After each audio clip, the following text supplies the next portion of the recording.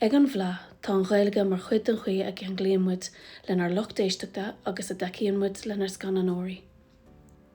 Is mis sem éimhní cha, is stúrthóir na glóir an bhleath, sé ar róla an bhleath, tá chulis go léocht na hÉireann, scan an Ghaeilge san áireamh.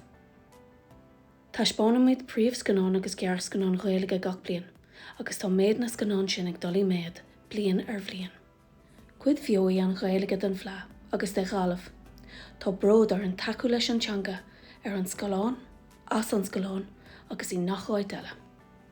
Is mis a halaí ní bhuacala, churann míad chlóradachas ar súil trí generation Fleadh de scolanna agus a bríonn míad le scanánóirí óga agus churann míad a séithir Gaeilge ar an scáláin.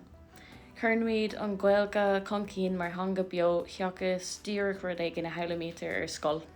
Is mis William Fitzgerald agus tá mé mar banisteoir an marga ag phleasc an Gaillimhe nó an Galway Film Fair. Cruthaíonn an Film Fair deisina de scananóirí éarnacha a bhuail le comhlachtaí ó fud an domhan an seo ag an Galmant. Agus mar sin de, cuidaíonn ar Gaeilge ling seasamh amach mar thiar Eorpach agus comhléiriú a chruthú idir éireann agus tíortha eile.